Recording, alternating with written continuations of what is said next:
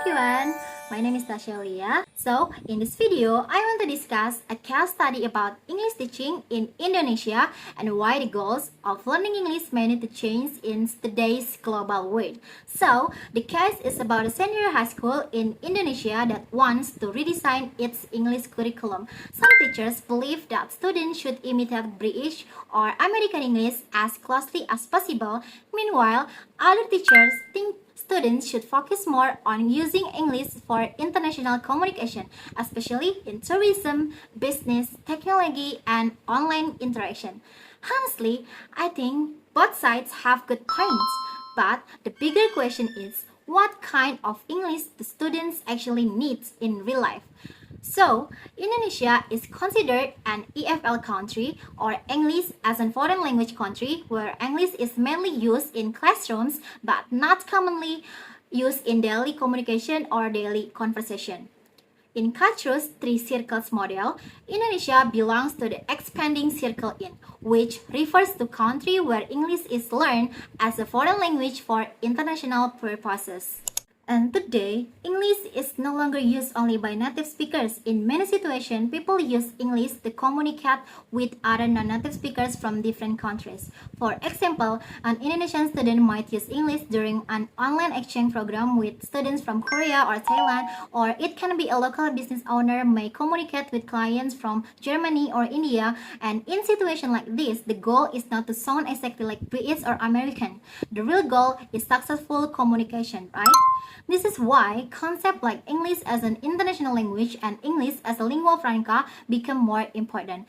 English as an international language means English is used globally across cultures and countries. Meanwhile, English as a lingua franca focuses more on English as a communication tool between people who do not share the same first language. I think this changes the way teachers should see English learning.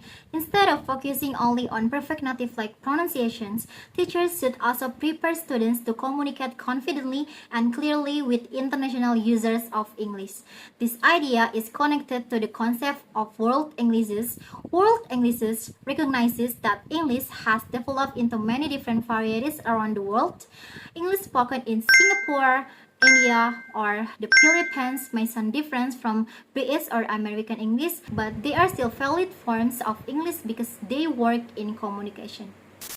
And this idea is important because many students feel insecure about their accent. Sometimes learners think their English is bad just because they sound too Indonesians, but actually having an accent is very normal. Even native speakers have different accents. What matters most is intelligibility, meaning people can understand what we are saying clearly. Of course, that doesn't mean every rule becomes flexible. Some aspects of English should still stay standardized, especially grammar, academic vocabulary, sentence structure, and pronunciation clarity. These are important for education, professional settings, and formal communication. But teachers can probably become more flexible about accents and communication styles, and students should not feel pressured to sound like native speakers in every situation. Next, another important issue is SLA or second language acquisition, which is the study of how people learn a second language. One important discussion in SLA is the difference between language learning and language acquisition. Language learning usually happens consciously, like memorizing grammar rules or vocabulary. Meanwhile, language acquisitions happen more naturally through communication and interaction. This explains why some students are good at grammar tests but still struggle when speaking English in real conversations. Because of this, classrooms should not only focus on memorization and worksheets. Students also need opportunities to use English through discussions, presentations, role plays, and group activities. Several SLA theories support this idea. As Krashen's input hypothesis says, students learn better when they receive understandable English through meaningful input like conversations, videos, or reading materials. And Long's interaction hypothesis emphasizes that students improve through communications and interactions with others.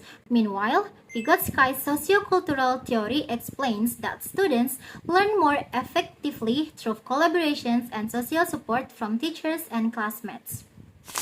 So, overall, I think English teaching today should focus more on communication, confidence, and global understanding, not only grammatical perfections.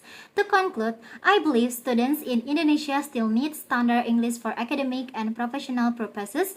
However, they should also be prepared for the reality that English today is a global language that's used by people from many different cultures and backgrounds.